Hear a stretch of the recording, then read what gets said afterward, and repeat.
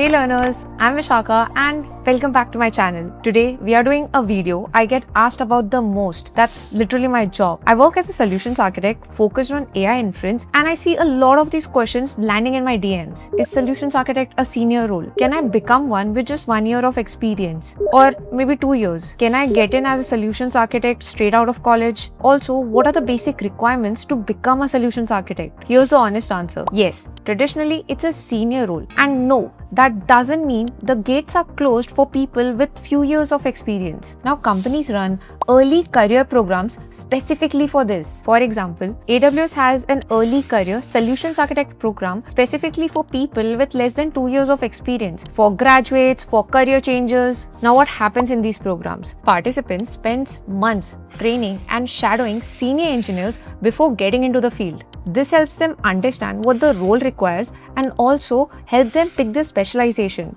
And trust me, there are limited time frames when these programs are open, so keep an eye on it. So to summarize, the role is reachable more than people think. What nobody tells you in those Become an Essay videos is how to focus or prepare for these interviews, what the hiring managers are looking for, and basically how to present yourself in these interviews. What are the prerequisites, what knowledge you need to have in order to become an essay, and that we are covering today through this video. In the next few minutes, I'll walk you through what the job actually is, the 3 pillars that matters more than years of experience, and how essay interviews are completely different from the normal tech interviews. This video is not only for recent graduates who want to enter into the solutions architect world, but also for mid-level engineers or even advanced engineers who want to transition into this role. And trust me, this role is worth it. Let's get started. Let's start with the first question. What a solutions architect actually does. A solutions architect sits between a customer problem and technology. A customer comes and says, we want to add an AI-powered search to our product, or our inference costs are exploding. Your job is to understand that problem deeply and then design an architecture that solves it. Not only that,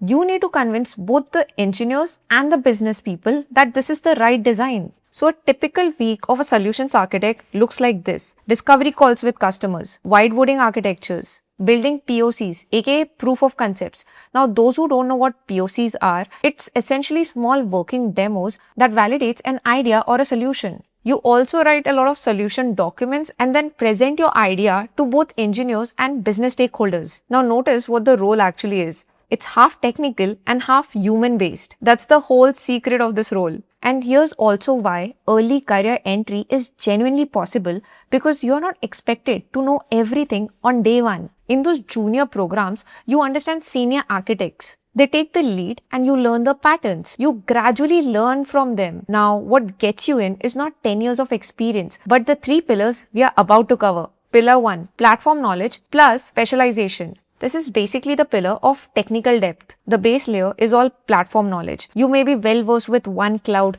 compute, storage, databases, AI/ML stack, DevOps stack, security stack, or you may be very familiar with one solution or a product. If you have watched my DevOps concepts video, that foundation is exactly this. You cannot architect systems if you don't know how to operate it. So try to get some hands-on experience by building projects even if you're starting out. Now here's the piece that most people miss. Solutions architect is not just one job knowing about the platform. It's also being a specialist. So you need to focus on a niche. Look at the job postings. You'll see solutions architect, machine learning specialist, solutions architect, data and analyst, customer engineer, data, solutions architect, migration specialist, security, networking, robotics, cloud.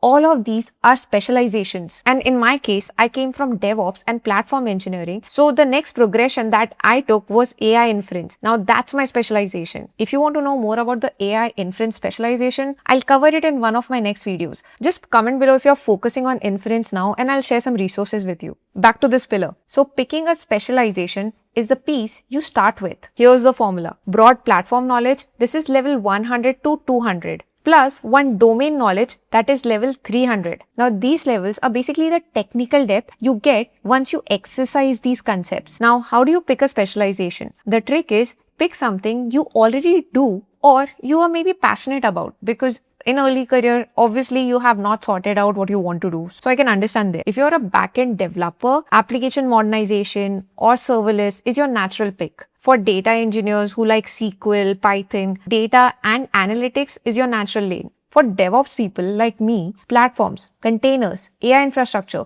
are the lanes that we can explore. So think of it like this. Your current job is not a detour from becoming an SA. It's basically forming that layer of specialization for you. Also, just for your knowledge, the highest demand specializations are AI shaped. AI infrastructure, robotics, GenAI solutions, machine learning. They are very popular right now. Companies are desperate for engineers who can bridge "we want AI" to a working architecture. So make your own decision tree here. Pillar 2 is presentation and industry awareness. This is where engineers transitioning to an SA role struggles the most. A huge part of the job is whiteboarding. Someone describes a problem and you design the solution live. Boxes, arrows, and data flows. You need to start thinking out loud why each of these pieces exist. So memorized diagrams won't work here. But the more you keep practicing whiteboarding, you'll build that muscle memory. Because for this job, you need to think real time in front of real people. Another key part of the presentation pillar is that you need to talk in two languages. For example, to engineers, you will talk about latency, bandwidth, failure modes. Whereas with business leaders, you'll talk about the same architecture but with trade-offs, costs, time to market, risks. So you have the same design but two stories. If you can only tell to one of these stakeholders, you are half an SA. Trust me, you have to work hard there. Now, how do you practice before you're actually working for this job? Here's an activity for you. Take a system you have built and explain it twice. Once to a technical friend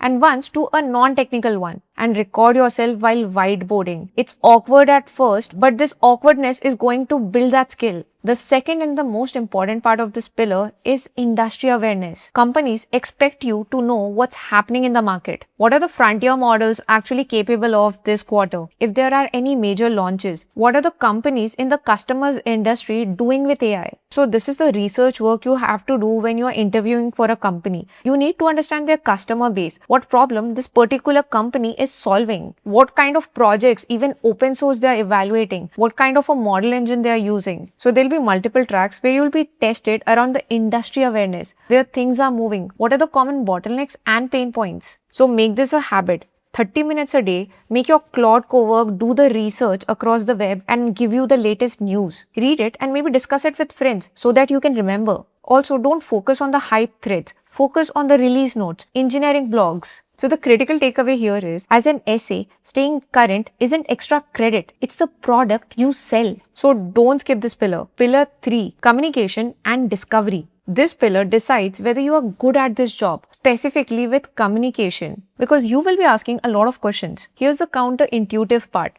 Junior essays think that you need to have all the answers. It's quite the opposite. The best essays are the best question askers in the room. Imagine a customer comes and say, we need to have a Kubernetes cluster for our AI workload. A weak SA would jump into the solution, design a Kubernetes cluster with VPC, subnet on a managed cloud platform. While a strong SA will ask, what's the workload? Is it for training, inference, fine-tuning? Is this a dedicated cluster or just one-off job that you need to run? What latency does your users feel today? What's the budget? What's the team's operational maturity? So half the time, the right architecture is not what the customer asked for. This process is called discovery and it's a craft. The pattern here is open questions first. For example, walk me through what happens when a user hits this feature. Then you start narrowing questions from models, deployments, and day-to operations. This entire thing builds the trust with the customer and make them know that you are aware of the system. And you cannot start building an architecture until you know all the answers. And the key part of the pillar is to be able to summarize the context that you have received while asking questions to the customer. For example, when you're done with the questions, you might say, so if I understood the problem correctly, the real constraint is X and Z is more important than Y. Did I get that right? So you will confirm the approach with them before jumping into the solution. This playback moment is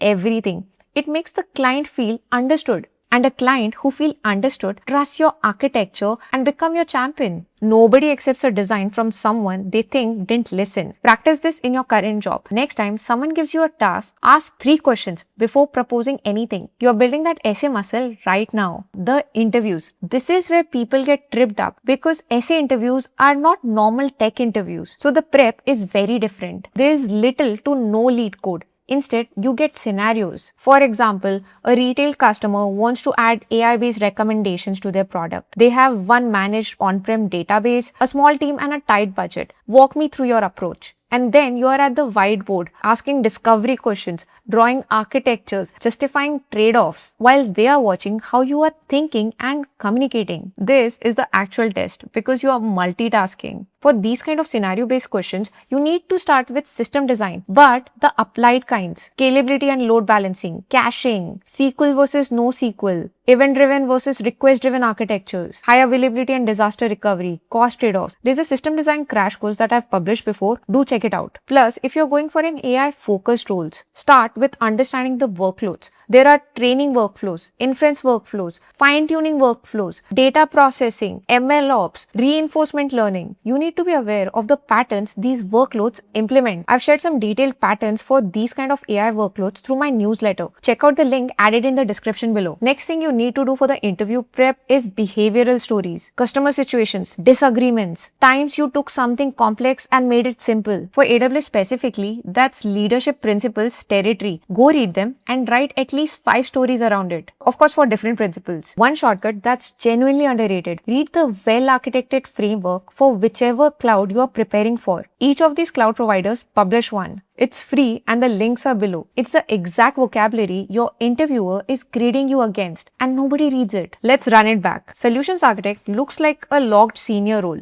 but there are junior programs, internships, associate path that you can look into. The job is half technical and half human. Understand the problem, design a solution, and communicate in 2 languages. Next, platform is your base, but specialization is your entry ticket. So pick a domain that your current work is already pointing at, or if you're passionate around a certain field. Next, presentation turns your knowledge into influence. Whiteboard out loud, stay current, know the industry trends. And the key one, communication is the real differentiator here. Ask questions, play the problems back, make the customer feel understood, and prepare for scenario-based questions with applied system design, not lead code problems. And if you want detailed technical breakdowns and system architectures, make sure you subscribe to my newsletter below. That's it for today and see you in the next one.